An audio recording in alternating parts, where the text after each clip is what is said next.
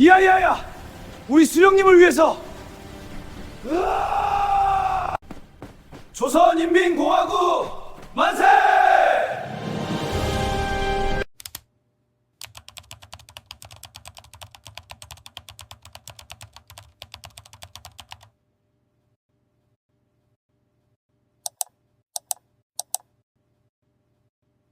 Quantas horas você trabalha por dia? 8 horas? 10 horas? Então você consegue imaginar isso, todos os dias, 16 horas, 500 metros abaixo da terra, numa escuridão tão densa que você mal consegue ver suas próprias mãos se movendo na sua frente. Sem equipamento de proteção. Capacetes?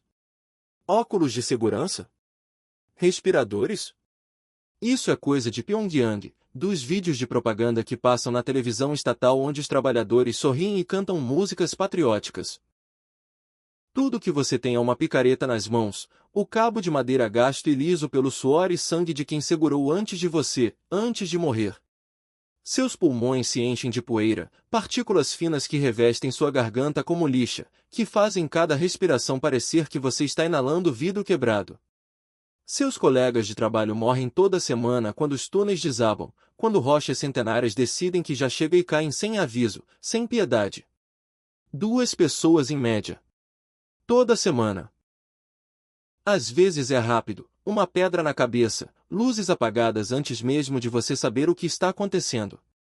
Às vezes é lento, preso sob os escombros, gritando por horas até sua voz se esgota e tudo o que resta é um som molhado e gorgolejante. E durante essa mesma semana, enquanto 2 homens estão morrendo, esmagados ou sufocando ou sangrando até a morte no escuro, nós mineramos cerca de 70 quilos de ouro. Faça as contas. Uma vida humana equivale a 35 quilos de ouro. Pense nisso por um momento. 35 quilos. Isso é menos que o peso de uma criança pequena. Isso é possível? Você consegue compreender? Um líder de país sistematicamente matando seu próprio povo para extrair ouro da terra assim, trabalhando-os até seus corpos desistirem, até seus pulmões colapsarem, até seus corações simplesmente pararem de bater de exaustão. E esse ouro encharcado de sangue, para quem ele realmente é? Em qualquer país normal, qualquer país que se diz civilizado, recursos naturais pertencem ao povo. O ouro das minas revive a economia nacional, constrói hospitais onde mães podem dar à luz com segurança, escolas onde crianças podem aprender a ler, aumenta as rações para que famílias não vão dormir com seus estômagos se contorcendo de fome. Mas na Coreia do Norte? O ouro nunca volta para o povo. Nem um grama dele. As rações são cortadas sem explicação, reduzidas de uma vez por semana para uma vez por mês para nada. Hospitais não têm remédio, apenas prateleiras vazias e médicos que não conseguem olhar nos seus olhos porque sabem que você vai morrer de algo que poderia ser curado com uma pílula de 10 centavos. Em vez disso, esse ouro, esse metal precioso que arrancamos da terra com nossas próprias mãos enquanto nossas unhas racham e sangram, vai como presente para ditadores estrangeiros que compartilham o gosto de Kim Jong-un por opressão e violência. Segundo relatos que vazaram através de conversas sussurradas, através de guardas que não conseguiam manter suas bocas fechadas, uma estátua de ouro maciço de 3 metros de altura para o Bashar al-Assad da Síria. Um monumento à tirania que custou mais do que 1000 famílias norte-coreanas ganharão em suas vidas inteiras somadas. Vendido para contrabandistas chineses através do rio Tumen em transações à meia-noite para se tornar financiamento para desenvolvimento de armas nucleares, para mísseis que nunca serão disparados mas fazem a família Kim se sentir poderosa. Um relógio suíço de ouro de 500 milhões de won brilhando no pulso de Kim Yo-jong durante uma transmissão na televisão estatal, refletindo a luz enquanto ela sorri e fala sobre a prosperidade do povo. Feito do ouro que arriscamos nossas vidas para extrair, cada elo daquela pulseira comprado com sofrimento humano. Como isso é possível? Como um sistema assim continua a existir no século XXI? Por que dezenas de pessoas têm que morrer no subterrâneo, sufocando no escuro, seus corpos quebrados e descartados como ferramentas usadas, tudo pela festa de aniversário de uma pessoa, por uma decoração de palco que será usada uma vez e depois derretida para o próximo projeto de vaidade? E a pergunta mais importante, aquela que deveria te manter acordado à noite, o ouro dentro do smartphone no seu bolso, o aparelho que você provavelmente está segurando agora enquanto lê isso, o ouro nas placas de circuito e conectores que fazem ele funcionar, poderia ter vindo de lá? Poderia sua conveniência, sua capacidade de rolar pelas redes sociais e assistir vídeos e enviar mensagens, ser construída nas costas de homens que morreram no escuro, que nunca viram suas famílias de novo, que trabalharam até a morte por alguns gramas de metal precioso. Eu vivi naquele lugar por 5 anos. 1825 dias, embora tenha parado de contar depois dos primeiros meses porque contar piorava as coisas, fazia cada dia se esticar como uma eternidade. 30 dos meus colegas de trabalho morreram bem ao meu lado, alguns tão perto que eu podia sentir o calor deixando seus corpos, podia ver a luz se apagando em seus olhos. Posso te dizer cada um de seus nomes, embora o mundo nunca os conhecerá, nunca construirá monumentos para sua memória. Park Jin-soo, 34 anos, 2 filhos que ele nunca verá crescer. Kim Chol-ho, 41, desapareceu por fazer uma pergunta. Lee Sung-min, 28, esmagado quando o túnel 16 desabou numa tarde de terça-feira. Eu lembro de todos eles. Agora estou livre, ou pelo menos meu corpo está livre, embora minha mente volte para lá toda noite em sonhos que me deixam ofegante e encharcado de suor. Mas eles ainda estão lá, seus ossos enterrados em covas não marcadas ou talvez nem enterrados, apenas deixados nos túneis que morreram escavando. Ainda no subterrâneo, ainda no escuro, ainda minerando ouro com suas mortes se não com suas mãos. Agora vou te contar algo que vai mudar como você vê o mundo, como você vê aquele anel de ouro no seu dedo ou aqueles brincos de ouro ou aquele colar de ouro. A cor verdadeira do ouro é vermelho. Não o brilho amarelo que você vê nas joalherias, não o brilho quente nas fotografias. Vermelho. A cor do sangue. A cor do preço que foi pago. Olá, este é um canal dedicado a expor as realidades e dificuldades da Coreia do Norte para o mundo. Sou grato a todos os meus inscritos, grato que vocês estejam dispostos a ouvir essas histórias que são desconfortáveis, que desafiam a forma como você pensa sobre objetos cotidianos. Se você pudesse se inscrever e curtir antes de assistir, seria uma tremenda ajuda para espalhar a verdade sobre a Coreia do Norte para o mundo inteiro, para garantir que essas histórias não simplesmente desapareçam no silêncio como os homens que as viveram. Também agradeceria muitos comentários para ajudar a compartilhar essa história, para manter o algoritmo empurrando para mais pessoas, porque quanto mais pessoas souberem, mais difícil se torna para isso continuar. 14 de março de 2018. 4 da manhã. Esse é o dia em que minha vida acabou. Não, na verdade, ela não acabou exatamente, essa não é bem a forma certa de dizer. É mais preciso dizer que esse é o dia em que caí no inferno, esse é o dia em que parei de ser Choi Min-soo a pessoa e me tornei Choi Min-soo o escravo de mineração, a ferramenta descartável, o número numa lista de trabalho. Eu era um trabalhador comum numa mina de carvão em Chongjin, província de North Gyeonggi, uma cidade na costa onde o vento te corta como uma faca no inverno. Claro, comum significa comum pelos padrões norte-coreanos, o que significa sofrimento extraordinário pela medida de qualquer outro país. Jornadas de trabalho de 12 horas que deixavam seus músculos gritando, suas articulações inchadas, sua mente entorpecida pela repetição. Rações que vinham 1 ou 2 vezes por mês se você tivesse sorte, se a cadeia de suprimentos não tivesse quebrado de novo, se alguém lá em cima não tivesse decidido desviar uma parte. Milho e talvez algum repolho se fosse um bom mês, nunca o suficiente para encher seu estômago, apenas o suficiente para te manter vivo e trabalhando. Alojamentos onde seus dedos congelavam sólidos no inverno porque não havia aquecimento, onde você acordava e tinha que verificar se ainda conseguia sentir seus dedos dos pés, onde homens crescidos se amontoavam juntos como crianças apenas para compartilhar calor corporal. Mas ainda assim, eu vivia. Essa é a coisa fundamental. Eu vivia. Tinha uma esposa, Kim San-hee, que conseguia me fazer rir mesmo quando não havia nada para rir, que conseguia esticar um punhado de milho em algo que quase tinha gosto de refeição. E uma filha de 6 anos, Choi Mi-young, com olhos que brilhavam quando ela sorria, que ainda acreditava que o mundo era um bom lugar porque era jovem demais para saber diferente. Às vezes até ríamos juntos, amontoados no nosso pequeno quarto, contando histórias para nos manter aquecidos, fingindo que as coisas iriam melhorar. Aquilo era a vida. Dura, moedora, exaustiva, mas vida ainda assim. Naquele dia, 14 de março, eu estava dormindo no alojamento depois de outro turno de 12 horas. Meu corpo doía daquela forma profunda onde até seus ossos doem, onde deitar não traz alívio porque a dor é fundamental demais. O alojamento estava silencioso exceto pelo som de 30 homens respirando, alguns roncando, alguns choramingando no sono.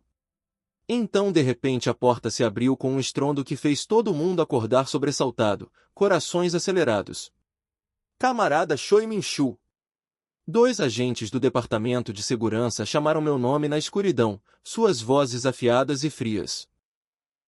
Meu coração não apenas pulou uma batida, pareceu que parou inteiramente, como se alguém tivesse enfiado a mão no meu peito e apertado.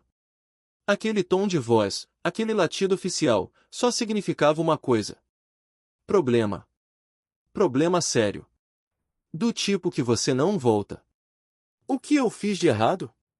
Minha mente correu pelas últimas semanas, procurando desesperadamente por qualquer erro que tivesse cometido, qualquer regra que tivesse quebrado. Piscando pela minha mente estava a semana passada quando o líder da equipe de trabalho bocejou diretamente na frente do retrato de Kim Il-sung durante o juramento de lealdade matinal, e eu vi mas fingi que não, mantive meus olhos direto como se não tivesse notado nada. Aquilo foi um erro. Falhar em reportar deslealdade é em si deslealdade. Ou talvez eles descobriram sobre o cigarro chinês, aquele que troquei por metade das minhas rações, aquele que fumei escondido atrás da pilha de carvão, apenas 3 minutos de prazer que agora podiam me custar tudo.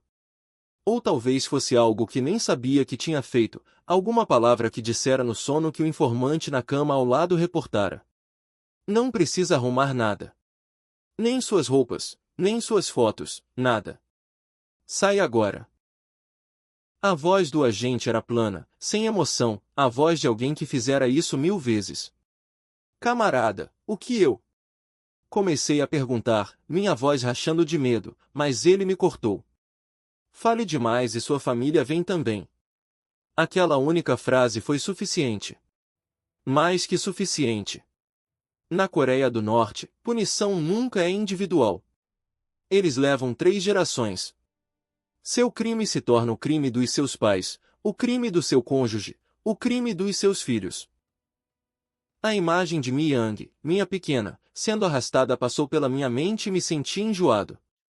Fui arrastado para o ar gelado da noite usando nada além de pijamas finos, sem jaqueta, sem sapatos, apenas chinelos de pano que seriam inúteis em 5 minutos. Do lado de fora, iluminado por holofotes severos que faziam tudo parecer rígido e pesadelo, um caminhão militar com janelas pintadas estava esperando.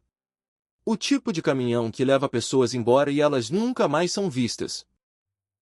Cerca de 20 pessoas já estavam dentro, amontoadas em bancos de madeira, e quando subi pude ver seus rostos na luz fraca da única lâmpada do caminhão no teto. Todo mundo tinha a mesma expressão gravada em seus traços. Terror. Terror puro, animal. Olhos arregalados, bocas apertadas, corpos rígidos de medo. Esses eram homens que sabiam que o que estava vindo era ruim, talvez a pior coisa que já aconteceria com eles. Para onde estamos indo? Alguém perguntou numa voz trêmula mal acima de um sussurro, um cara jovem que parecia ter uns 25 anos, ainda tinha alguma esperança nele.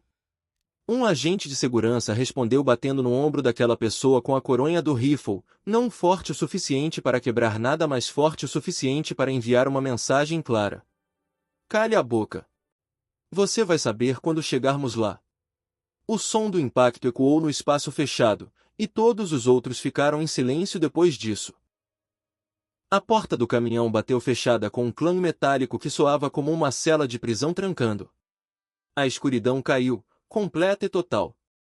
O motor rugiu para a vida com um ronco a diesel que vibrava pelo chão de metal, e começamos a nos mover, balançando a cada buraco, a cada curva. O que vai acontecer com minha esposa? O que vai acontecer com minha filha?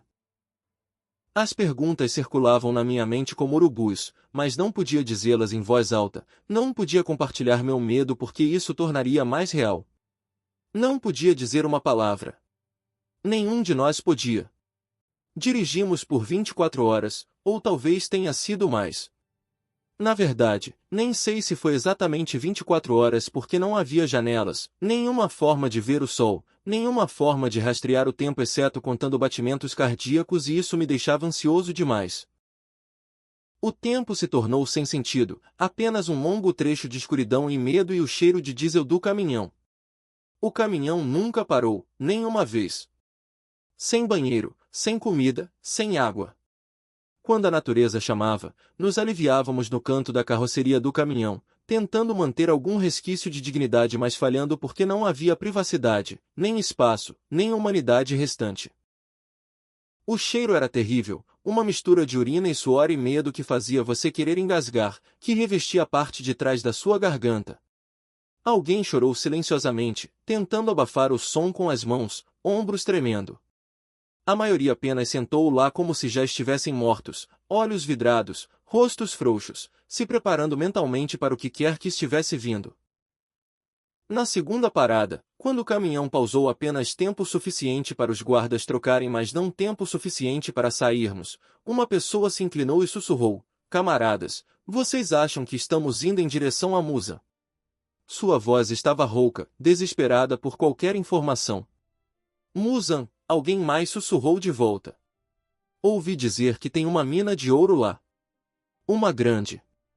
Mas pessoas que entram não saem. Nunca. É para onde mandam prisioneiros políticos, pessoas que querem fazer desaparecer." No momento em que essas palavras foram faladas, o ar dentro do caminhão congelou como se alguém tivesse aberto uma porta para o Ártico. Musan. Aquele nome. Já tinha ouvido antes, em sussurros, em rumores, em histórias que terminavam com "e ninguém nunca ouviu de novo." Por favor, não. Por favor, Deus ou Buda ou quem quer que esteja ouvindo, por favor, não aquele lugar. Mas minhas orações internas desesperadas não mudaram nada. O caminhão continuou se movendo, o motor continuou rugindo, e continuamos indo para o norte em direção a qualquer pesadelo que estivesse esperando. Finalmente, depois de uma eternidade de escuridão e medo e o ronco constante do motor vibrando através dos nossos ossos, o caminhão parou. Não apenas diminuiu a velocidade, mas realmente parou, e ouvimos o motor desligar. O silêncio foi de alguma forma pior que o barulho. Por um longo momento, nada aconteceu. Sentamos lá no escuro, corações batendo, sem saber o que vinha depois. Então a porta abriu. Quando aquelas portas de metal se abriram, o que veio correndo foi vento frio que mordia através de nossas roupas finas como dentes, e luz do sol tão brilhante depois de todas aquelas horas na escuridão que parecia estar sendo esfaqueado nos olhos. Tive que apertar meus olhos fechados contra o brilho, depois abri-los lentamente, deixando-os se ajustar pouco a pouco. Lágrimas escorriam pelo meu rosto do brilho. E quando finalmente consegui ver claramente, quando meus olhos focaram no que estava na nossa frente, meu coração afundou no meu estômago. Cerca de arame farpado de 3 camadas, cada camada mais alta que a última, se estendendo até onde eu podia ver em ambas as direções. Uma torre de vigia de 5 metros de altura em cada canto, cinza militar, imponente, com janelas estreitas como olhos suspeitos. No topo de cada torre, um soldado com uma metralhadora montada num tripé, o cano apontando para baixo no complexo, em nós. Os soldados nos observavam com expressões entediadas, como se fossemos gado sendo entregue, não seres humanos. O portão principal era aço sólido, enferrujado mas funcional, e acima dele uma placa pintada em letras vermelhas, a tinta desbotada mas ainda legível, que dizia Distrito de Mineração Especial de Musa Local de Trabalho número 7. Não bem-vindo ou local de trabalho ou qualquer coisa neutra. Distrito de Mineração Especial. Isso significava prisioneiros políticos. Isso significava pessoas que o governo queria trabalhar até a morte longe de olhos curiosos. É isso. Esse é o lugar sobre o qual eu só ouvirá em rumores, o lugar sobre o qual as pessoas falavam em tons baixos, o lugar que engolia pessoas inteiras. Um oficial do departamento de segurança estava diante de nós enquanto descíamos do caminhão, nossas pernas fracas de ficar sentados tanto tempo, nossos corpos rígidos e doloridos. Ele tinha talvez 50 anos, com um rosto duro que tinha visto demais e sentido de menos, com olhos como lascas de gelo. Usava um uniforme limpo, passado e arrumado, um contraste tão forte com nossas roupas sujas e amarrotadas que parecia zombaria. Ele falou devagar, deliberadamente, deixando cada palavra afundar. Camaradas, bem-vindos ao seu novo lar. Ele pausou, e eu podia sentir o peso daquela palavra. Lar. Esse buraco do inferno ia ser lar. De hoje em diante, este é seu local de trabalho, sua residência, seu mundo inteiro. As regras aqui são simples, e vou explicá-las apenas uma vez, então sugiro que ouçam com atenção. Primeiro, vocês vão cumprir sua cota designada todos os dias. Sem desculpas. Nem doença, nem exaustão, nem lesão. Sua cota é sua cota. Segundo, vocês vão manter suas bocas fechadas sobre tudo o que virem, tudo o que ouvirem, tudo o que fizerem aqui. Esta é uma instalação secreta de Estado. O que acontece aqui não sai daqui. Nunca. E terceiro. Ele pausou de novo para efeito, depois apontou com um dedo para a cerca de arame farpado triplo, para as torres de guarda, para os soldados armados. Há apenas duas formas de sair deste lugar. Você sai morto, carregado num saco mortuário, ou você vai mais fundo na terra, para os túneis inferiores onde o trabalho é mais duro e a taxa de sobrevivência é ainda pior. Essas são suas únicas duas opções. Liberdade não é uma delas. Seu rosto não tinha um traço de humor, nem um sinal de simpatia, apenas eficiência burocrática fria. Alguém tem alguma pergunta? Ele olhou ao redor do nosso grupo, fazendo contato visual com cada um de nós por sua vez, desafiando alguém a falar. Ninguém levantou a mão. Todos nós tínhamos aprendido há muito tempo que fazer perguntas só piorava as coisas. Bom. Fico feliz que entendam a situação. Agora, vocês vão para o alojamento onde receberão acomodações para dormir, terão 10 minutos para se orientarem, e depois serão levados diretamente para os túneis de mineração para começar a trabalhar. Não há período de graça, nem tempo para se ajustar, nem treinamento. Vocês começam hoje. Bem-vindos, camaradas. Ele disse bem-vindos de novo, e a palavra tinha gosto amargo. Aquela foi a última palavra gentil, a última palavra que fingia que éramos seres humanos, que qualquer um de nós ouviu naquele lugar. O alojamento era de alguma forma pior do que eu imaginara, e eu tinha imagi. Nado bem ruim. Tinha vivido num alojamento de mina de carvão por anos, sabia como era a pobreza, como se sentia acomodação mínima, mas isso era diferente. Isso foi projetado para te quebrar. Um prédio jogado junto com tábuas de madeira que não se encontravam direito, deixando buracos onde o vento assobiava dia e noite. Sem sistema de aquecimento algum, nem mesmo um quebrado, apenas nada. No inverno, que era a maior parte do ano tão ao norte, a temperatura dentro seria mal diferente de fora. O vento vinha através daqueles buracos nas paredes como facas invisíveis, encontrando cada pedaço exposto de pele. O que eles chamavam de camas eram apenas plataformas de madeira, basicamente prateleiras presas à parede, 1 metro de largura e 2 metros de comprimento, sem colchão, sem almofada, apenas madeira nua que deixaria farpas na sua pele. A roupa de cama que forneceram era um cobertor fino por pessoa, excedente militar, do tipo que tinha sido usado e descartado, gasto e áspero e completamente inadequado. Você podia ver através de partes dele onde o tecido tinha se desgastado. As instalações de banheiro ficavam fora do prédio principal, o que significava que no inverno você teria que sair para o frio congelante apenas para se aliviar. Nem era um banheiro adequado, apenas um buraco profundo cavado no chão com um barraco de madeira construído sobre ele, sem água corrente, sem forma de lavar as mãos, apenas um buraco na terra. O cheiro no verão seria insuportável. Água, fomos informados, era racionada. Receberíamos 2 vezes por dia, uma de manhã e uma à noite, e era melhor fazer durar porque não haveria mais. Sem chuveiros. Sem forma de lavar roupas adequadamente. Apenas água suficiente para beber e talvez jogar no rosto se você fosse cuidadoso. Com licença, quanto tempo temos que ficar aqui? Há uma sentença, um prazo que estamos cumprindo, alguém perguntou, um homem na faixa dos 30 que ainda tinha luta suficiente nele para esperar por uma resposta.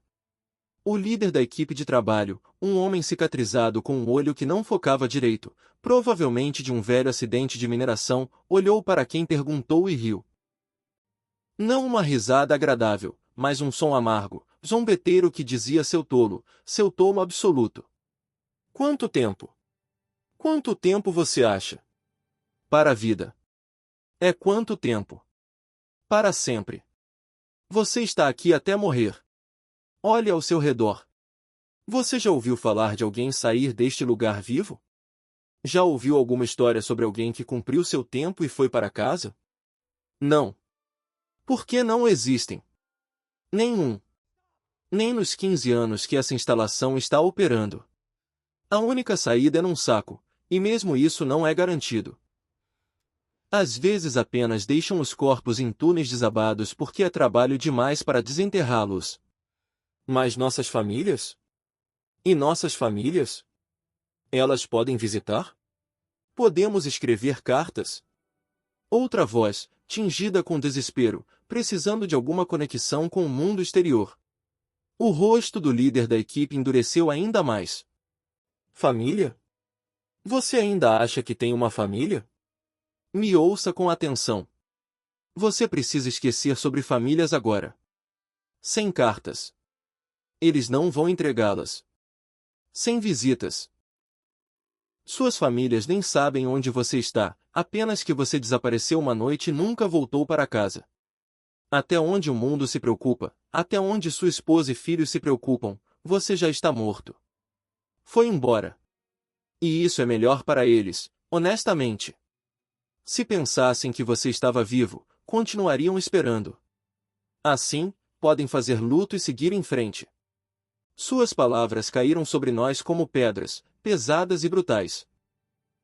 Com aquelas palavras, um homem no nosso grupo simplesmente desabou onde estava, suas pernas cedendo, e ele começou a chorar com soluços profundos e convulsivos que sacudiam todo o seu corpo. Meu filho, tenho um filho, ele tem apenas 10 anos. Ele precisa de mim. Ele precisa do pai dele. As lágrimas escorriam pelo seu rosto, e ninguém se moveu para confortá-lo porque todos estávamos nos afogando no nosso próprio desespero.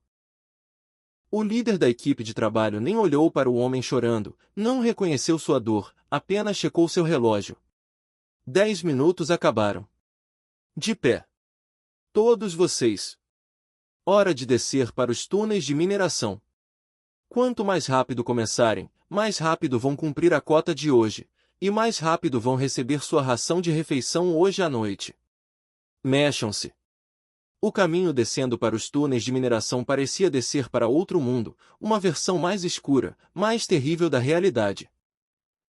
Eles chamavam de elevador, mas essa palavra sugere algo seguro, algo projetado e mantido. Isso era apenas uma gaiola de metal, uma caixa feita de barras de ferro soldadas e placa de aço, enferrujada e rangendo, que parecia que podia desmoronar a qualquer momento. 30 de nós foram espremidos dentro, empacotados ombro a ombro, corpos pressionados juntos tão apertados que você podia sentir o medo irradiando de todos como calor. Havia uma alavanca do lado de fora, e quando a operadora puxou, a gaiola sacudiu e começou a cair. Não descendo suavemente como um elevador moderno, mas caindo, despencando pelo poço com uma velocidade que fazia seu estômago virar e seu ouvido interno gritar. Alguém soltou um grito de puro terror, o som ecoando pelas paredes do poço. Cale essa boca, o líder da equipe de trabalho latiu. Vocês vão andar nessa coisa 2 vezes por dia, todos os dias. Acostumem-se. O medo não ajuda. Apenas desperdiça energia. 1 minuto passou, marcado pelo meu coração acelerado. 2 minutos. 3 minutos. Apenas continuamos caindo, descendo mais e mais fundo na terra, a temperatura subindo conforme descíamos, o ar ficando mais grosso, mais difícil de respirar. Quão fundo estávamos indo? Parecia infinito, como se estivéssemos descendo para o centro da Terra, para o próprio inferno. Finalmente, com um impacto forte que jogou todos para frente, a gaiola parou. A porta foi puxada aberta com um guincho de metal protestando, e o que estava além era uma escuridão tão completa que parecia uma coisa física, como se você pudesse estender a mão e tocá-la. E pela primeira vez na minha vida, entendi o que significava ver verdadeira escuridão.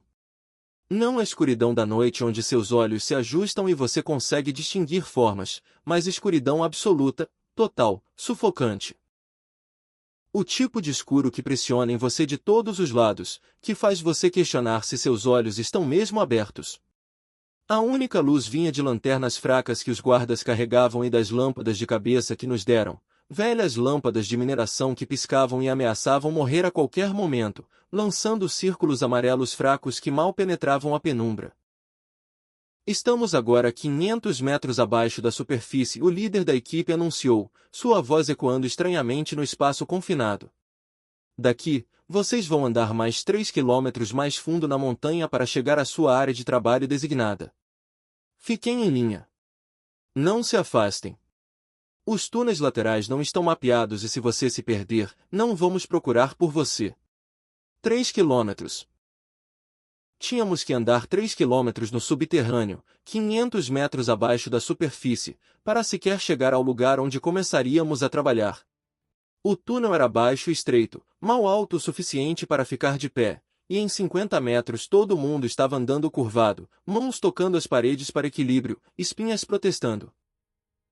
O teto pingava constantemente, água vazando através de rachaduras na rocha acima, caindo em gotas frias que escorriam pelo seu pescoço, encharcavam suas roupas finas. O ar era grosso e úmido e difícil de respirar, cada respiração exigindo esforço consciente. Não era apenas úmido, era como tentar respirar sopa, pesado com partículas de poeira e umidade e o cheiro de terra podre e suor humano de milhares de mineradores que tinham andado nesse caminho antes de nós. Meus pulmões queimavam a cada inalação. Poeira e umidade misturadas juntas pareciam que meus pulmões estavam sendo rasgados por dentro, como se alguém estivesse raspando tecido delicado com lixa. Esta é sua área de trabalho. O líder da equipe finalmente parou de andar, e todos nós desabamos contra as paredes, ofegantes, pernas tremendo do esforço. Sua lâmpada de cabeça iluminou o que ele estava apontando, uma seção do túnel que não parecia diferente de qualquer outra seção, apenas paredes de rocha toscas ainda mostrando as marcas de quem tinha esculpido esse espaço. Contra uma parede, espalhadas descuidadamente no chão como se não valessem nada, estavam nossas ferramentas. Picaretas. Apenas picaretas. Cabos de madeira, cabeças de ferro, algumas delas dobradas ou lascadas de uso anterior. Peguem uma cada. Uma por pessoa. Não percam porque não vão receber outra. E comecem a cavar naquela parede. Ele apontou para a face de rocha no fim do túnel, pedra sólida que parecia que não tinha sido tocada. Um dos novos trabalhadores, mais corajoso ou talvez apenas mais ingênuo que o resto de nós, falou. Camarada líder da equipe, é só isso de equipamento que recebemos? E quanto a máquinas de perfuração? Ferramentas pneumáticas? Dinamite para explosão? Como vamos minerar apenas com ferramentas manuais? Era uma pergunta razoável. No século XXI, em qualquer operação de mineração adequada, você teria equipamento moderno, equipamento de segurança, suporte de engenharia.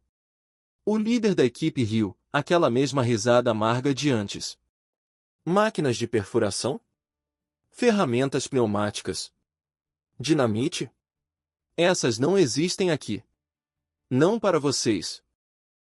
Todo aquele equipamento está em Pyongyang agora, sendo usado para construir novos prédios de apartamentos elegantes para oficiais do partido, estradas e monumentos e piscinas. Vocês vão cavar à mão, com músculo e suor e sangue. Isso é o que vocês têm. Isso é tudo que vocês recebem. Agora parem de fazer perguntas estúpidas e peguem sua ferramenta. Era impossível de acreditar, impossível de processar. Minerar ouro à mão com picaretas no século XXI? Soava como algo de um livro de história, da corrida do ouro da Califórnia ou do Antigo Egito, não dos tempos modernos. Mas isso era apenas o começo. O horror tinha camadas que nem tínhamos começado a descobrir ainda. Sua cota diária é 200 quilos de rocha por pessoa. Isso não é negociável, isso não é flexível. 200 quilos. Vocês vão pesar sua produção no fim do seu turno. Se atingirem um veio de ouro enquanto cavam, reportam imediatamente para mim ou outro supervisor. Nunca, sob nenhuma circunstância, tentem esconder ouro ou embolsá-lo ou trocá-lo. Se forem pegos, e serão pegos porque revistamos todos. Ele fez um movimento de corte pela garganta com um dedo, o significado cristalino. Morte. E seu cronograma de trabalho é 16 horas por dia. Não há turnos, sem rodízios, sem dias de folga. Vocês trabalham 16 horas, têm 4 horas para dormir e comer e existir, depois trabalham outras 16 horas. Pausas de descanso são 2 vezes por dia, 30 minutos cada. Usem sabiamente. Sua ração de refeição será distribuída na entrada do túnel, e vocês vão comê-la aqui, na área de trabalho, porque tempo gasto andando de um lado para o outro é tempo desperdiçado. 16 horas. 16 horas de balançar uma picareta na escuridão, 500 metros no subterrâneo, respirando ar envenenado, com suas costas dobradas e suas mãos sangrando. Comecem a trabalhar. Agora. Foi assim que começou. Foi assim que minha descida ao inferno começou. No primeiro dia, peguei uma picareta com mãos que ainda eram macias da mineração de carvão, que era fácil comparado a isso. Ergui acima da minha cabeça e deixei cair na parede de rocha com toda a força que tinha. Bang! O impacto viajou através do cabo de madeira, subindo meus braços, para meus ombros e espinha, sacudindo cada osso no meu corpo. Meus pulsos pareciam que tinham sido atingidos com um martelo. Olhei para a parede de rocha. Nenhum arranhão. Nada. A rocha estava completamente inalterada, tão sólida quanto antes. Bati de novo. Bang. E de novo. Bang. E de novo. Bang, bang, bang. Bati 10 vezes com toda a minha força, suor já começando a escorrer pelo meu rosto apesar da temperatura fresca, e finalmente, um pequeno lasca caiu. Um pequeno pedaço de rocha talvez do tamanho da minha unha. Nesse ritmo, como vou minerar 200 quilos? Isso exigiria milhares de golpes, dezenas de milhares talvez. Parecia fisicamente impossível. Depois de 4 horas de trabalho contínuo, balançando a picareta no mesmo movimento repetidas vezes como uma máquina, minhas mãos não eram mais reconhecíveis como mãos. Eram carne crua, a pele desgastada em tiras, bolhas formando e estourando e formando de novo nos mesmos lugares, sangue misturando com suor e poeira de rocha para formar uma pasta pegajosa. Não tínhamos luvas. Luvas eram um luxo para pessoas que importavam. Minhas palmas queimavam como se estivessem em chamas, cada terminação nervosa gritando. 8 horas depois, minhas costas se recusavam a endireitar mais. O túnel era baixo demais para ficar totalmente ereto, então eu tinha estado trabalhando curvado, e agora minha espinha estava travada naquela posição dobrada, músculos tendo espasmos quando eu tentava estender. Cada movimento enviava raios de dor disparando para cima e para baixo nas minhas costas. As vértebras pareciam que estavam moendo uma contra a outra, osso no osso. 12 horas depois, tinha certeza que ia desabar. Minha visão estava começando a embaçar nas bordas, pontos escuros flutuando na frente dos meus olhos. Minhas mãos se moviam automaticamente, memória muscular mantendo a picareta balançando mesmo que minha mente estivesse em outro lugar, flutuando em algum lugar acima do meu corpo, desconectada. Mas não podia desabar. Desabar significava falha, e falha significava punição. O líder da equipe de trabalho e seus assistentes andavam constantemente pelos túneis, monitorando, observando, checando o progresso. Ei! Você aí, o que parou de se mover? Põe essas mãos para trabalhar! Uma tira de couro estalou pelas minhas costas, não forte o suficiente para quebrar a pele, mas forte o suficiente para deixar uma marca, forte o suficiente para me fazer gritar. Ugh! O som foi involuntário, dor forçando-o para fora. Se você não trabalha, você não come. Simples assim. Está claro? Sim, camarada. Claro. Eu ofeguei as palavras e forcei meus braços protestando a levantar a picareta de novo. Quando as 16 horas finalmente terminaram, quando alguém gritou que o turno acabou e podíamos parar, eu mal conseguia ficar de pé. Tinha conseguido extrair talvez 150 quilos de rocha, carregando-a pedaço por pedaço para a estação de pesagem que tinham montado. 50 quilos a menos da cota. 50 quilos que podiam muito bem ter sido 50 toneladas. Choi Min-shu. O supervisor leu meu nome da sua lista. Cota não cumprida. Déficit de 50 quilos.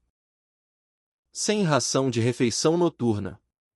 Amanhã sua cota é aumentada para 250 para compensar a falha de hoje. Camarada, por favor, é meu primeiro dia, ainda estou aprendendo. Comecei a explicar, a implorar, mas ele me cortou. Sem desculpas. Essas são as regras, e as regras se aplicam a todos igualmente. Amanhã você cava 250 quilos. Se falhar de novo, se torna 300 no dia seguinte. Agora saia daqui. Aquela noite voltei para o alojamento e bebi água da minha ração, apenas água, tentando encher meu estômago com um líquido para parar as câimbras de fome. Depois deitei na plataforma de madeira para dormir e tentei dormir. Mas dormir era impossível. Cada parte do meu corpo estava gritando de dor, enviando sinais de angústia para meu cérebro que não podiam ser ignorados. Minhas mãos estavam cobertas de bolhas estouradas, a carne crua exposta e queimando. Minhas costas tinham marcas de chicote cruzadas nela como se alguém tivesse desenhado linhas na minha pele. Meus joelhos estavam massivamente inchados e quentes ao toque de ajoelhar e se agachar o dia todo. Mas o que era mais horroroso que a dor física, o que realmente me aterrorizava enquanto deitava lá no escuro ouvindo 30 homens respirando, era a percepção de que teria que fazer isso de novo amanhã. E no dia seguinte. E no dia depois daquele. Todos os dias. Pelo resto da minha vida. Por mais tempo que isso fosse. Isso não era um pesadelo do qual eu podia acordar. Isso era realidade agora. Isso era minha vida. Isso é realmente minha existência? É nisso que me tornei?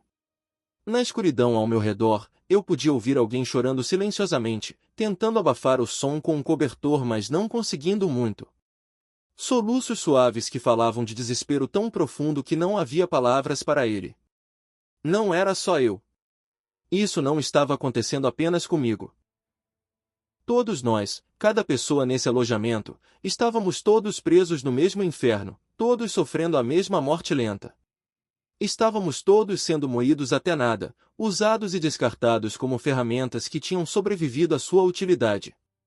A primeira semana passou num borrão de dor e exaustão infinito balanço da picareta contra a pedra inflexível. Bang, bang, bang, o ritmo da nossa danação. Paramos de ser seres humanos com pensamentos e sentimentos e nos tornamos máquinas, nos tornamos nada mais que braços e costas e mãos, extensões das picaretas que carregávamos. Não pensávamos mais porque pensar significava reconhecer o que estava acontecendo conosco, e reconhecer isso nos deixaria insanos, nos faria querer esmagar nossas próprias cabeças contra a rocha em vez de continuar essa existência. Então simplesmente não pensávamos. Nos tornamos automatos. Apenas o movimento, apenas o trabalho. Bang, bang, bang. 16 horas todos os dias. O mesmo movimento. A mesma dor. A mesma escuridão. Então um dia, cortando o som monótono de metal batendo em rocha, ouvimos algo diferente. Um grito. Um grito real de terror, não os grunhidos usuais de esforço, mas algo primitivo. Socorro! Alguém ajude! Por favor! A voz estava crua de pânico, com conhecimento de morte iminente. Todo mundo parou de trabalhar. Na mineração, quando alguém grita assim, você para. Você ouve. Porque pode ser você o próximo. Desmoronamento no túnel 30. Túnel 30 desmoronou, alguém estava gritando, correndo pelas passagens, espalhando a palavra. A voz do líder da equipe de trabalho ecoou pela escuridão. Todos evacuem este setor. Mexam-se agora. Afastem-se das paredes. Corremos, tropeçando em rochas soltas, nossas lâmpadas de cabeça pulando descontroladamente, criando um caos de sombras em movimento. Mas as pessoas que estavam trabalhando no túnel 30, aquelas que estavam no ponto do colapso, não tiveram tempo de correr. Estavam lá no momento, balançando suas picaretas, pensando em suas famílias ou sua próxima refeição ou nada, e então a terra decidiu reclamar o espaço que tínhamos esculpido nela. O teto do túnel cedeu. Não devagar, não com aviso, mas tudo de uma vez. Toneladas de rocha e terra vieram caindo como uma cachoeira de pedra, enchendo o túnel, enterrando tudo no seu caminho. O som foi incrível, um rugido como trovão que continuou e continuou, poeira explodindo para fora numa nuvem sufocante que tornava impossível ver ou respirar. Ouvimos gritos, agudos e curtos, que cortaram de repente conforme a rocha os encontrou. Depois silêncio. Silêncio terrível, completo. O tipo de silêncio que significa a morte. Iniciem operações de resgate. Todos que não estão atualmente enterrados, comecem a cavar, um supervisor assistente estava gritando, embora sua voz tremesse com incerteza porque todos nós sabíamos o que operações de resgate significavam. Significava cavar através de toneladas de rocha com nossas mãos nuas e picaretas, esperando contra a esperança encontrar alguém vivo, sabendo que provavelmente não encontraríamos. Começamos a trabalhar, movendo rochas, algumas delas pesadas demais para uma pessoa levantar, exigindo 2 ou 3 de nós para deslocá-las. 1 hora de escavação. 2 horas. 3. Nossas mãos estavam despedaçadas, unhas arrancadas, sangue por toda parte, mas continuamos cavando porque esses eram nossos colegas de trabalho, nossos companheiros de sofrimento, e não podíamos simplesmente deixá-los. Finalmente, os encontramos. 3 homens. Descobrimos um por um, puxando as rochas que os entombaram. Todos os 3 estavam mortos. Completamente, obviamente mortos. Um tinha a cabeça esmagada, seu crânio colapsado como uma casca de ovo, massa cerebral visível. Outro tinha sido cortado quase ao meio por uma laje de rocha caindo, seu torso torcido num ângulo impossível. O terceiro homem tinha os olhos ainda abertos, encarando nada, sua boca congelada numa expressão de surpresa, como se não pudesse acreditar que isso estava acontecendo com ele. Sangue tinha se acumulado sob todos eles, embebendo na rocha e terra, e o cheiro de morte era avassalador, cobre e ferro e algo mais, algo orgânico e errado. Virei e vomitei. Não pude evitar. Meu estômago se rebelou, expulsando o mingau de milho fino que tinha comido naquela manhã, embora não houvesse muito para trazer. Outros homens também estavam passando mal, a combinação do esforço físico e o horror do que tínhamos encontrado demais para aguentar. Extraiam os corpos. Levem-nos para a entrada do túnel e deixem lá para processamento. A voz do líder da equipe de trabalho era factual, completamente sem emoção, como se estivesse discutindo gestão de inventário em vez de seres humanos mortos. E quanto a um funeral? Haverá um serviço? Um enterro, alguém perguntou. O líder da equipe olhou para quem perguntou como se ele fosse insano. Um funeral? Que século você acha que é este? Não há funerais aqui. Vamos levar os corpos para fora, jogá-los num buraco não marcado, cobri-los com terra, e pronto. Acabou. Sem cerimônia, sem orações, sem marcadores. Mas certamente devemos notificar suas famílias? Deixar suas esposas saberem, seus filhos. Famílias? A voz do líder da equipe foi afiada. Já disse a vocês quando chegaram. Não há famílias. Até onde o mundo se preocupa, esses homens já estão mortos desde o dia que entraram no caminhão. Eventualmente, talvez em 1 ou 2 meses, algum oficial vai aparecer nas suas casas com um atestado de óbito que diz morreu a serviço da nação sem detalhes. É isso. Essa é toda a notificação que recebem. Agora parem de fazer perguntas e voltem ao trabalho. Já perdemos 4 horas de tempo de produção. Aquela noite, conforme saímos dos túneis no fim do nosso turno, tivemos que passar pelos 3 corpos que tinham sido deixados na entrada. Estavam apenas deitados lá na pedra fria, sem cobertura, sem respeito, apenas montes de carne quebrada que costumavam ser pessoas. Ninguém falou. O que poderíamos dizer? Que palavras existiam que pudessem capturar esse horror? Apenas passamos em silêncio, não olhando diretamente para eles, mas incapazes de desviar completamente o olhar, cada um de nós pensando a mesma coisa. Amanhã, pode ser eu. Pode ser meu corpo deitado lá, esmagado e quebrado, esperando para ser jogado num buraco. Aquela noite, no alojamento, o homem na plataforma de dormir ao meu lado, Park Jin-soo, um cara na casa dos 30 que tinha sido um trabalhador de fábrica antes de ser enviado aqui, se inclinou e sussurrou muito silenciosamente, tão silencioso que quase não conseguia ouvir. Aqui neste lugar, pessoas não são realmente pessoas mais. Somos apenas coisas. Ferramentas que são usadas até quebrarem. Não respondi porque não havia nada a dizer. Ele estava absolutamente certo, e nós dois sabíamos disso. Não precisávamos discutir.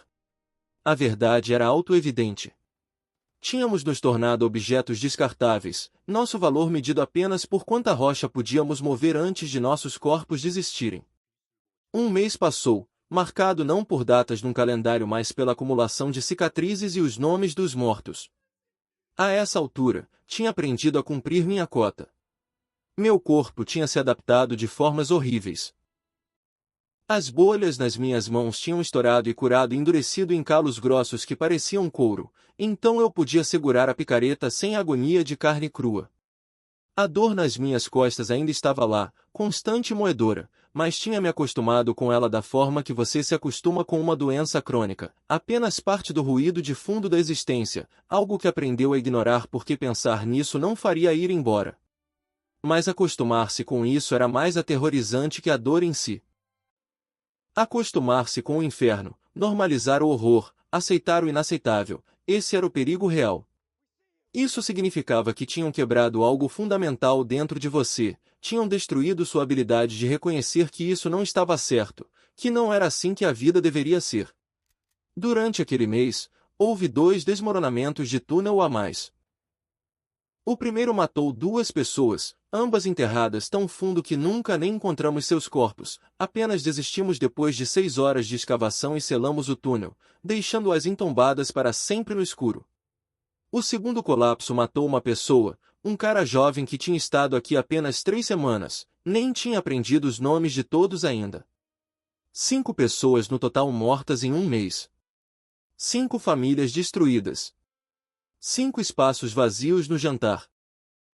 Mas aqueles 5 lugares vazios não ficaram vazios por muito tempo. Foram preenchidos quase imediatamente. O caminhão veio de novo como um relógio, trazendo uma nova carga de rostos aterrorizados, corpos frescos para alimentar a máquina, e o ciclo continuou. Não há fim para isso. Esse horror não tem conclusão.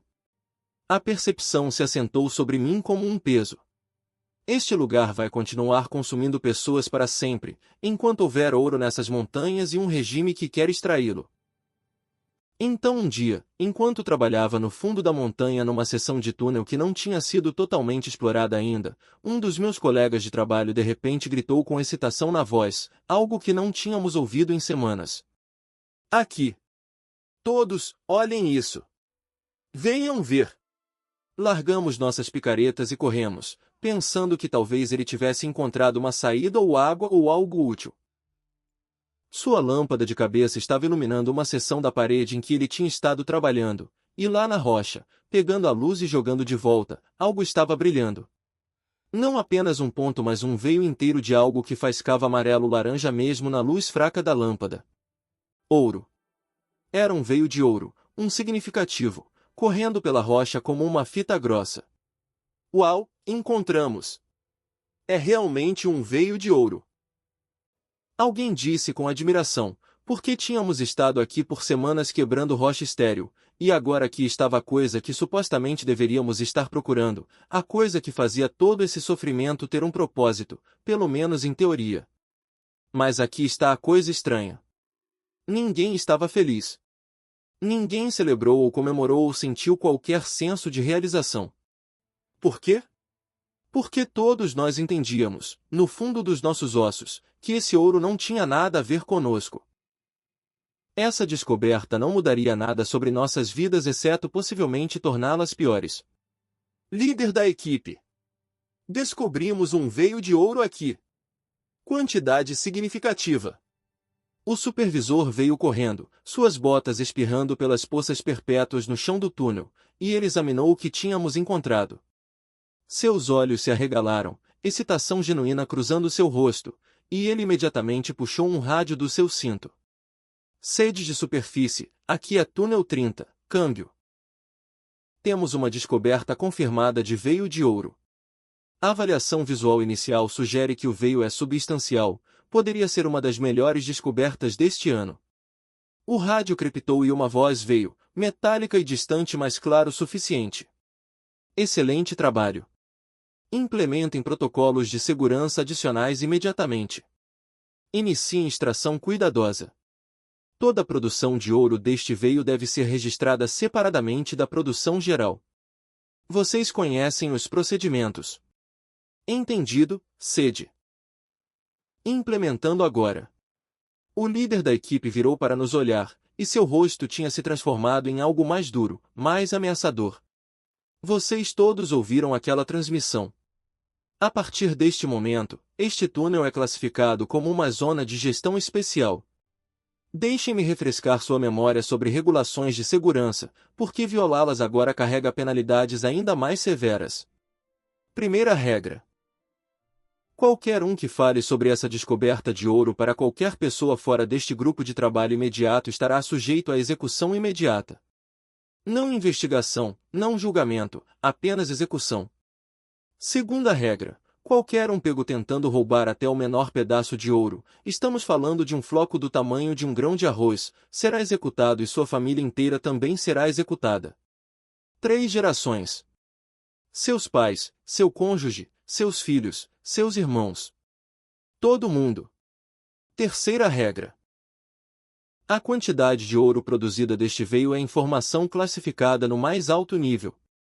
Vocês não discutem quantidades, pesos, valores, nada. Essas regras estão absolutamente claras? Sim, camarada, respondemos em uníssono, nossas vozes planas e mecânicas, a resposta de pessoas que tinham aprendido que entusiasmo apenas atrai atenção. Bom. Fico feliz que nos entendemos. Agora, iniciem extração imediatamente. Este veio precisa ser totalmente escavado o mais rápido possível. Trabalhando cuidadosamente, mais rapidamente. A qualidade do ouro é excelente e a demanda de cima por produção aumentada. Daquele dia em diante, nossa intensidade de trabalho dobrou, talvez até triplicou. Se o trabalho tinha sido duro antes, agora se tornou genuinamente quebrador de costas. Minerar ouro é fundamentalmente diferente de minerar rocha comum. Você não pode simplesmente esmagar o minério portador de ouro com uma picareta. Tem que seguir o veio cuidadosamente, delicadamente, extraindo a rocha rica em ouro sem contaminá-la com muito material base. Tem que pegar cada pedaço, cada floco, cada fragmento minúsculo, porque tudo tem valor e desperdiçar seria um crime. Trabalhamos com uma intensidade que embaçou dias e noites em dias de novo, mal conscientes da passagem do tempo. 3 dias dessa extração cuidadosa e minuciosa depois, o primeiro produto acabado estava pronto. O líder da equipe o ergueu para vermos, e apesar de tudo, apesar do nosso ódio por este lugar e o que representava, não pudemos evitar encarar. Era uma barra de ouro, retangular, talvez 20 centímetros de comprimento, com o brilho quente inconfundível de ouro puro. Esta única barra pesa 3 quilos, o supervisor disse, virando-a em suas mãos para que pudéssemos vê-la de todos os ângulos. Se você vendesse isso no mercado internacional agora, renderia aproximadamente 150 milhões de won. Talvez mais dependendo da pureza.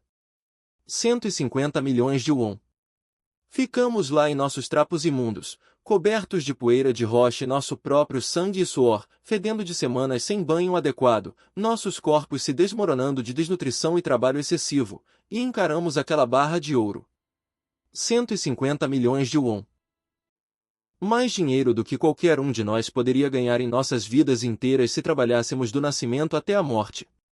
Mais dinheiro do que nossos bisavós e bisnetos combinados jamais viriam. E nós o tínhamos criado. Nosso trabalho, nosso sofrimento, nossos corpos destruídos tinham transformado rocha sem valor nessa coisa preciosa. E o que conseguimos por isso? Hoje, como todos os dias, receberíamos uma tigela de mingau de milho fino, talvez com alguns pedaços de repolho se tivéssemos sorte, mal 300 calorias, nem de perto o suficiente para sustentar um homem fazendo trabalho físico pesado. O que vocês estão encarando? Há algo fascinante naquela parede atrás de mim? Voltem ao trabalho. Aqueles veios de ouro não se extraem sozinhos. Uma semana depois, numa sexta-feira à noite, ouvimos uma comoção da área da entrada do túnel, vozes levantadas, pessoas se movendo rapidamente. Oficiais do Departamento de Segurança estão chegando. Todos se alinhem contra a parede do túnel imediatamente. Virem para a parede, sem olhar ao redor. Nos apressamos a obedecer, nos pressionando contra a pedra fria e úmida, corpos rígidos de medo súbito porque visitas de superiores nunca significavam nada de bom. Na escuridão, iluminados apenas por nossas lâmpadas de cabeça espalhadas criando um padrão caótico de luz e sombra, ouvimos o som de botas militares na pedra.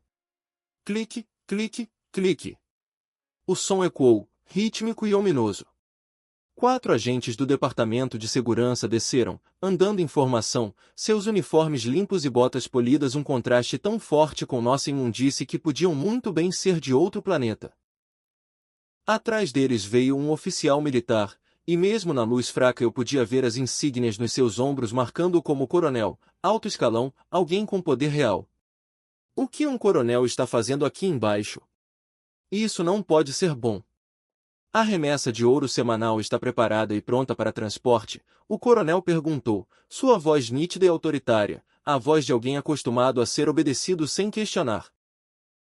Sim, camarada coronel, o líder da equipe de trabalho respondeu, praticamente batendo continência.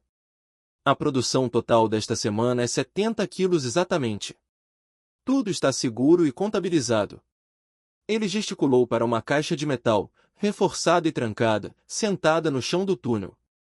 O coronel abriu a caixa para inspecionar o conteúdo, e mesmo de onde eu estava pressionado contra a parede, eu podia ver o brilho de barras de ouro empilhadas ordenadamente dentro. O coronel assentiu com satisfação. Excelente trabalho. Esta remessa será transportada diretamente para Pyongyang sob guarda armada, classificação prioridade 1. Essas são ordens do Departamento de Ganho de Moeda Estrangeira no mais alto nível. O Departamento de Ganho de Moeda Estrangeira. Aquela frase fez minhas orelhas ficarem atentas, minha atenção aguçar apesar da minha exaustão. Essa é a organização responsável por gerar moeda forte para o regime, por circundar sanções internacionais, por financiar as coisas que o Estado não pode oficialmente pagar. Então o ouro está indo para o Departamento de Ganho de Moeda Estrangeira. O que significa que está sendo convertido em dinheiro estrangeiro? O que significa que está deixando o país? Há também uma diretiva especial que preciso comunicar, o coronel continuou, puxando um papel dobrado do bolso da jaqueta. Cotas de produção devem ser dobradas com efeito imediato. Vocês precisam produzir 140 quilos na próxima semana em vez de 70. Isso não é um pedido, isso é uma ordem de cima. Há uma necessidade urgente que surgiu. O rosto do líder da equipe ficou pálido, mesmo na luz fraca. Dobrado? Camarada coronel, com respeito, isso exigiria que os trabalhadores... Não tenho certeza que eles podem fisicamente. Não quero ouvir sobre o que eles podem ou não podem fazer, o coronel o cortou afiado. Quero ouvir que você vai cumprir a missão. Essas são suas ordens. Implemente-as. Se falhar, você será responsabilizado pessoalmente, e você sabe o que isso significa. Estou sendo claro? Sim, sim, camarada coronel. Perfeitamente claro.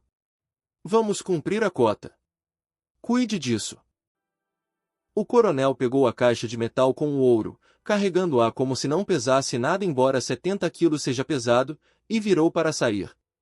Todos nós mantivemos nossas cabeças baixas, olhos fixos no chão, conforme ele passou. Ninguém queria ser notado por alguém de escalão tão alto porque a atenção de superiores era sempre perigosa. Suas botas militares entraram no meu campo de visão conforme ele passou na frente de onde eu estava, e não pude evitar notá-las. Eram feitas em Pyongyang, de alta qualidade, limpas e polidas a um brilho espelhado, o tipo de botas que custavam mais que 1 ano de salários para uma pessoa normal. Olhei para baixo para meus próprios pés. O que eu estava usando mal podia ser chamado de sapatos mais, apenas trapos enrolados ao redor dos meus pés com cordão, as solas completamente gastas, então cada pedra machucava meus pés. O contraste era quase cômico. Este homem anda confortavelmente, dorme num quarto aquecido, come 3 refeições completas por dia e provavelmente lanches entre elas, vai para casa para uma família que não está passando fome. Tudo pago com o ouro que extraímos ao custo das nossas vidas. Aquele pensamento se plantou no meu cérebro e começou a crescer. Foi quando algo dentro de mim mudou fundamentalmente. Algo começou a ferver no meu peito, no meu estômago, algo que tinha estado se construindo por semanas mas agora cristalizou numa percepção concreta. Era raiva? Fúria? Ou era entendimento? O momento quando você finalmente vê a verdade do que está sendo feito com você? Não tinha bem certeza de como chamar isso, não conseguia nomear a emoção precisamente porque era complexa demais, com camadas demais. Mas eu sabia uma coisa com absoluta certeza, sabia nos meus ossos, no meu sangue, em cada célula do meu corpo exausto, este ouro não pertence a nós. Este ouro pelo qual morremos, pelo qual sangramos, que nos custa tudo, não nos beneficia de forma alguma. Somos apenas a máquina que o produz, e quando a máquina quebra, eles a jogam fora e pegam uma máquina nova. Aquela percepção foi como uma chave virando numa fechadura, abrindo uma porta que eu não sabia que estava lá. Aquela noite no alojamento, todo mundo desabou no sono quase imediatamente, exaustos demais para sequer comer suas rações miseráveis, apenas caindo nas plataformas de madeira como homens mortos. Mas o sono não viria para mim. Minha mente estava acelerada, pensamentos girando, aquele encontro com o coronel se repetindo várias vezes. Park Jin-soo, o cara na plataforma ao meu lado, notou que eu ainda estava acordado e silenciosamente se moveu mais perto, falando num sussurro mal audível sobre o som de homens roncando. Min-shu, você está acordado? Sim. Não consigo dormir. Você viu aquele coronel hoje, certo? A forma como ele levou o ouro. Eu o vi. Aqui está algo que você deveria saber. Ele vem toda sexta-feira. Como um relógio. Mesma hora, mesmo procedimento. Leva a produção de ouro da semana e desaparece. Sério? Toda semana, eu sussurrei de volta. Toda semana sem falta. E o ouro, tudo vai para Pyongyang, mas aqui está a coisa. Park Jin-soo olhou ao redor nervosamente, checando que ninguém mais estava ouvindo, que não estávamos sendo observados. Não fique em Pyongyang. Nunca aparece em nenhum dos mercados estatais ou é usado para qualquer coisa que ajude cidadãos comuns. Quer saber para onde ele realmente vai? Onde? Meu coração estava batendo mais rápido agora, sentindo que ele estava prestes a me contar algo importante, algo perigoso de saber. Países estrangeiros. É vendido no exterior, contrabandeado para fora. Havia um cara aqui antes de você chegar, alguém que tinha estado trabalhando nesta mina por 3 anos. Ele morreu 2 meses atrás num desmoronamento de túnel, mas antes disso, ele me contou coisas. Ele tinha ouvido guardas conversando, tinha juntado informações. Segundo ele, contrabandistas chineses esperam do outro lado do rio Tumen, lá ao norte. Sob cobertura da escuridão, caminhões dirigem até a fronteira e entregam as barras de ouro. Os chineses pagam em dólares americanos, dinheiro vivo, não rastreável. Dólares americanos? Então eles estão convertendo nosso ouro em moeda estrangeira?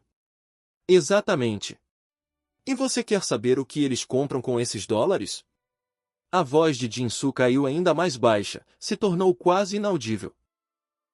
Componentes de armas nucleares. Peças e materiais para o programa nuclear que não podem ser fabricados aqui, que têm que ser importados secretamente. É isso que seu sofrimento compra. É pelo que aqueles trabalhadores mortos em túneis desabados morreram. Para financiar armas que nunca serão usadas, mas fazem a família Kim se sentir poderosa. Não é absurdo? Não conseguimos nem comida. Mãos estavam despedaçadas, unhas arrancadas, sangue por toda parte, mas continuamos cavando porque esses eram nossos colegas de trabalho, nossos companheiros de sofrimento, e não podíamos simplesmente deixá-los. Finalmente, os encontramos. 3 homens. Descobrimos um por um, puxando as rochas que os entombaram. Todos os 3 estavam mortos. Completamente, obviamente mortos. Um tinha a cabeça esmagada, seu crânio colapsado como uma casca de ovo, massa cerebral visível. Outro tinha sido cortado quase ao meio por uma laje de rocha caindo, seu torso torcido num ângulo impossível. O terceiro homem tinha os olhos ainda abertos, encarando nada, sua boca congelada numa expressão de surpresa, como se não pudesse acreditar que isso estava acontecendo com ele. Sangue tinha se acumulado sob todos eles, embebendo na rocha e terra, e o cheiro de morte era avassalador, cobre e ferro e algo mais, algo orgânico e errado. Virei e vomitei. Não pude evitar. Meu estômago se rebelou, expulsando o mingau de milho fino que tinha comido naquela manhã, embora não houvesse muito para trazer. Outros homens também estavam passando mal, a combinação do esforço físico e o horror do que tínhamos encontrado demais para aguentar. Extraiam os corpos. Levem-nos para a entrada do túnel e deixem lá para processamento. A voz do líder da equipe de trabalho era factual, completamente sem emoção, como se estivesse discutindo gestão de inventário em vez de seres humanos mortos. E quanto a um funeral? Haverá um serviço? Um enterro, alguém perguntou. O líder da equipe olhou para quem perguntou como se ele fosse insano. Um funeral? Que século você acha que é este? Não há funerais aqui. Vamos levar os corpos para fora, jogá-los num buraco não marcado, cobri-los com terra, e pronto. Acabou. Sem cerimônia, sem orações, sem marcadores. Mas certamente devemos notificar suas famílias? Deixar suas esposas saberem, seus filhos. Famílias? A voz do líder da equipe foi afiada. Já disse a vocês quando chegaram. Não há famílias. Até onde o mundo se preocupa, esses homens já estão mortos desde o dia que entraram no caminhão. Eventualmente, talvez em 1 ou 2 meses, algum oficial vai aparecer nas suas casas com um atestado de óbito que diz morreu a serviço da nação sem detalhes. É isso. Essa é toda a notificação que recebem. Agora parem de fazer perguntas e voltem ao trabalho. Já perdemos 4 horas de tempo de produção.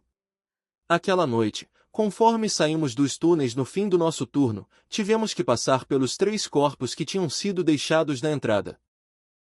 Estavam apenas deitados lá na pedra fria, sem cobertura, sem respeito, apenas montes de carne quebrada que costumavam ser pessoas. Ninguém falou. O que poderíamos dizer? Que palavras existiam que pudessem capturar esse horror? Apenas passamos em silêncio, não olhando diretamente para eles, mas incapazes de desviar completamente o olhar, cada um de nós pensando a mesma coisa. Amanhã, pode ser eu. Pode ser meu corpo deitado lá, esmagado e quebrado, esperando para ser jogado num buraco.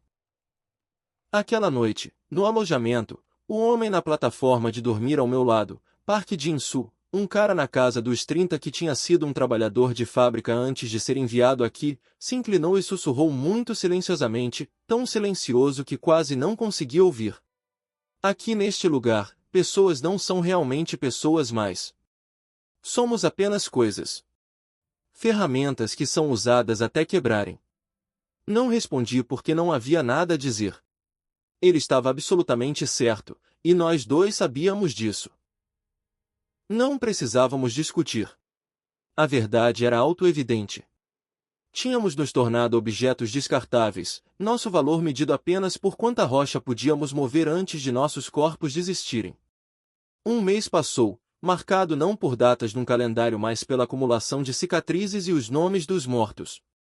A essa altura, tinha aprendido a cumprir minha cota. Meu corpo tinha se adaptado de formas horríveis. As bolhas nas minhas mãos tinham estourado e curado e endurecido em calos grossos que pareciam couro, então eu podia segurar a picareta sem agonia de carne crua. A dor nas minhas costas ainda estava lá, constante e moedora, mas tinha me acostumado com ela da forma que você se acostuma com uma doença crônica, apenas parte do ruído de fundo da existência, algo que aprendeu a ignorar porque pensar nisso não faria ir embora. Mas acostumar-se com isso era mais aterrorizante que a dor em si. Acostumar-se com o inferno, normalizar o horror, aceitar o inaceitável, esse era o perigo real. Isso significava que tinham quebrado algo fundamental dentro de você, tinham destruído sua habilidade de reconhecer que isso não estava certo, que não era assim que a vida deveria ser. Durante aquele mês, houve 2 desmoronamentos de túnel a mais. O primeiro matou 2 pessoas, ambas enterradas tão fundo que nunca nem encontramos seus corpos, apenas desistimos depois de 6 horas de escavação e selamos o túnel, deixando-as entombadas para sempre no escuro. O segundo colapso matou uma pessoa, um cara jovem que tinha estado aqui apenas 3 semanas, nem tinha aprendido os nomes de todos ainda. 5 pessoas no total mortas em um mês. 5 famílias destruídas. 5 espaços vazios no jantar. Mas aqueles 5 lugares vazios não ficaram vazios por muito tempo. Foram preenchidos quase imediatamente. O caminhão veio de novo como um relógio, trazendo uma nova carga de rostos aterrorizados, corpos frescos para alimentar a máquina, e o ciclo continuou. Não há fim para isso. Esse horror não tem conclusão. A percepção se assentou sobre mim como um peso. Este lugar vai continuar consumindo pessoas para sempre, enquanto houver ouro nessas montanhas e um regime que quer extraí-lo. Então um dia, enquanto trabalhava no fundo da montanha numa seção de túnel que não tinha sido totalmente explorada ainda, um dos meus colegas de trabalho de repente gritou com excitação na voz, algo que não tínhamos ouvido em semanas. Aqui! Todos, olhem isso! Venham ver! Largamos nossas picaretas e corremos, pensando que talvez ele tivesse encontrado uma saída ou água ou algo útil. Sua lâmpada de cabeça estava iluminando uma seção da parede em que ele tinha estado trabalhando, e lá na rocha, pegando a luz e jogando de volta, algo estava brilhando. Não apenas um ponto mas um veio inteiro de algo que faiscava amarelo-laranja mesmo na luz fraca da lâmpada. Ouro. Era um veio de ouro, um significativo, correndo pela rocha como uma fita grossa. Uau, encontramos! É realmente um veio de ouro. Alguém disse com admiração, porque tínhamos estado aqui por semanas quebrando rocha estéril, e agora aqui estava a coisa que supostamente deveríamos estar procurando, a coisa que fazia todo esse sofrimento ter um propósito, pelo menos em teoria. Mas aqui está a coisa estranha. Ninguém estava feliz. Ninguém celebrou ou comemorou ou sentiu qualquer senso de realização. Por quê? Porque todos nós entendíamos, no fundo dos nossos ossos, que esse ouro não tinha nada a ver conosco. Essa descoberta não mudaria nada sobre nossas vidas exceto possivelmente torná-las piores. Líder da equipe. Descobrimos um veio de ouro aqui. Quantidade significativa. O supervisor veio correndo, suas botas espirrando pelas poças perpétuas no chão do túnel, e ele examinou o que tínhamos encontrado. Seus olhos se arregalaram, excitação genuína cruzando seu rosto, e ele imediatamente puxou um rádio do seu cinto. Sede de superfície, aqui é túnel 30, câmbio. Temos uma descoberta confirmada de veio de ouro. A avaliação visual inicial sugere que o veio é substancial, poderia ser uma das melhores descobertas deste ano. O rádio crepitou e uma voz veio, metálica e distante mas claro o suficiente. Excelente trabalho. Implementem protocolos de segurança adicionais imediatamente. Iniciem extração cuidadosa. Toda a produção de ouro deste veio deve ser registrada separadamente da produção geral. Vocês conhecem os procedimentos. Entendido, sede. Implementando agora. O líder da equipe virou para nos olhar, e seu rosto tinha se transformado em algo mais duro, mais ameaçador. Vocês todos ouviram aquela transmissão. A partir deste momento, este túnel é classificado como uma zona de gestão especial. Deixem-me refrescar sua memória sobre regulações de segurança, porque violá-las agora carrega penalidades ainda mais severas. Primeira regra. Qualquer um que fale sobre essa descoberta de ouro para qualquer pessoa fora deste grupo de trabalho imediato estará sujeito à execução imediata. Não investigação, não julgamento, apenas execução. Segunda regra. Qualquer um pego tentando roubar até o menor pedaço de ouro, estamos falando de um floco do tamanho de um grão de arroz, será executado e sua família inteira também será executada. 3 gerações. Seus pais, seu cônjuge, seus filhos, seus irmãos. Todo mundo. Terceira regra. A quantidade de ouro produzida deste veio é informação classificada no mais alto nível. Vocês não discutem quantidades, pesos, valores, nada.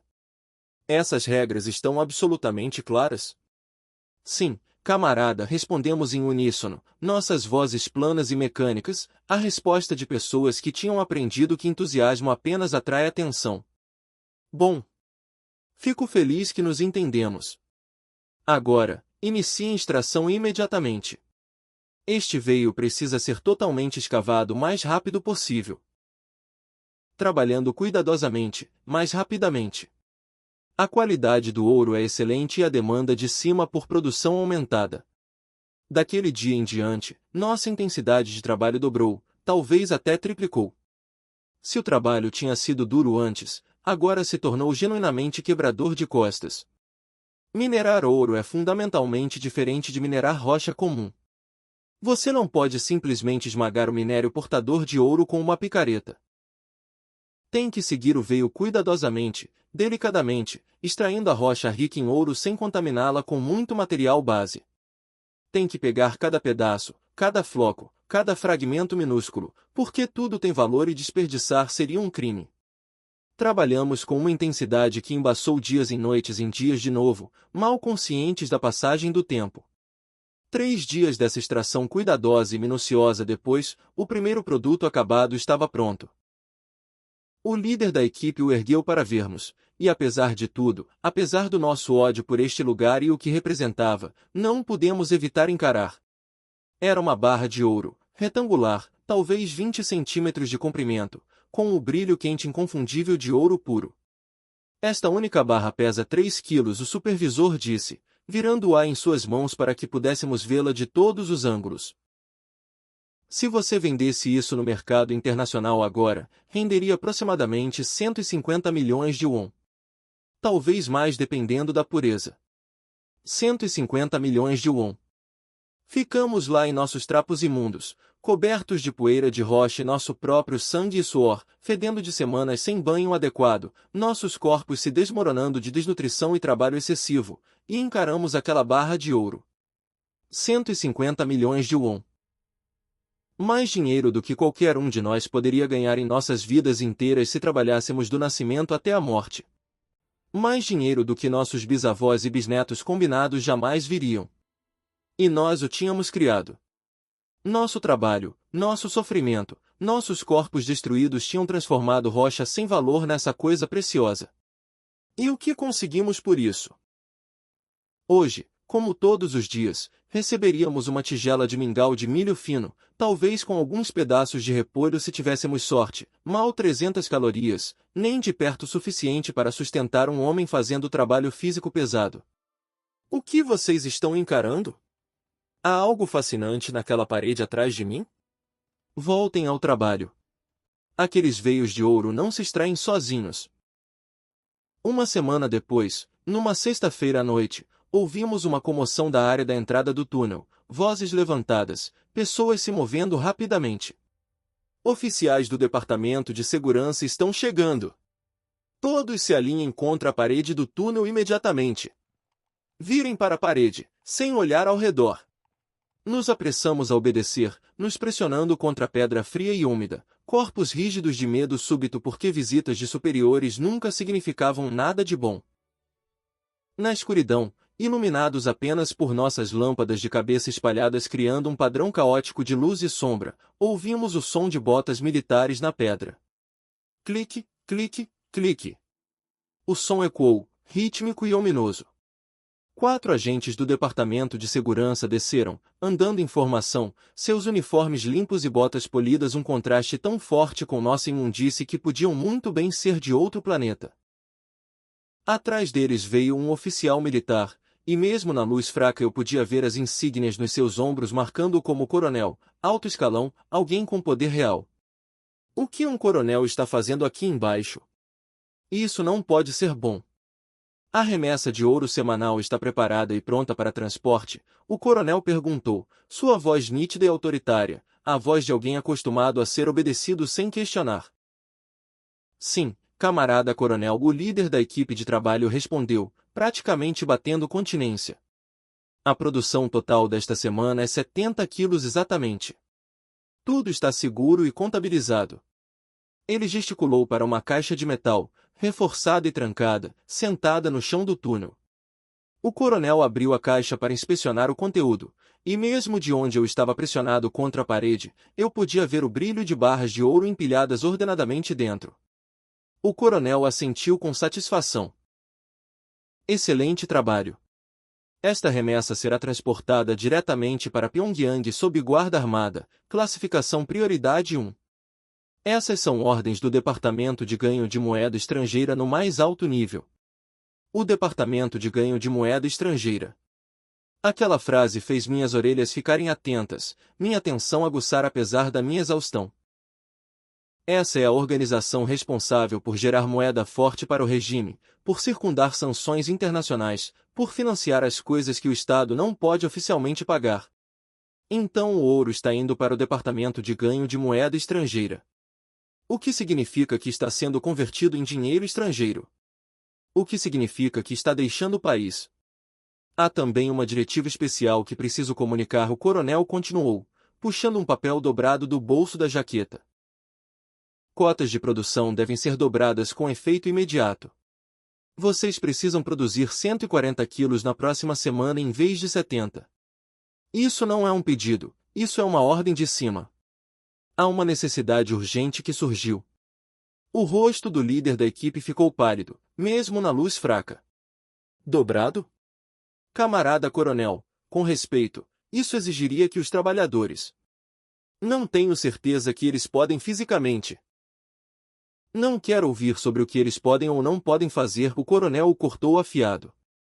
Quero ouvir que você vai cumprir a missão. Essas são suas ordens. Implemente-as. Se falhar, você será responsabilizado pessoalmente, e você sabe o que isso significa. Estou sendo claro? Sim, sim, camarada coronel. Perfeitamente claro. Vamos cumprir a cota. Cuide disso. O coronel pegou a caixa de metal com o ouro, carregando-a como se não pesasse nada embora 70 quilos seja pesado, e virou para sair. Todos nós mantivemos nossas cabeças baixas, olhos fixos no chão, conforme ele passou. Ninguém queria ser notado por alguém de escalão tão alto porque a atenção de superiores era sempre perigosa. Suas botas militares entraram no meu campo de visão conforme ele passou na frente de onde eu estava, e não pude evitar notá-las. Eram feitas em Pyongyang, de alta qualidade, limpas e polidas a um brilho espelhado, o tipo de botas que custavam mais que 1 ano de salários para uma pessoa normal. Olhei para baixo para meus próprios pés. O que eu estava usando mal podia ser chamado de sapatos mais, apenas trapos enrolados ao redor dos meus pés com cordão, as solas completamente gastas, então cada pedra machucava meus pés. O contraste era quase cômico. Este homem anda confortavelmente, dorme num quarto aquecido, come 3 refeições completas por dia e provavelmente lanches entre elas, vai para casa para uma família que não está passando fome. Tudo pago com o ouro que extraímos ao custo das nossas vidas. Aquele pensamento se plantou no meu cérebro e começou a crescer. Foi quando algo dentro de mim mudou fundamentalmente.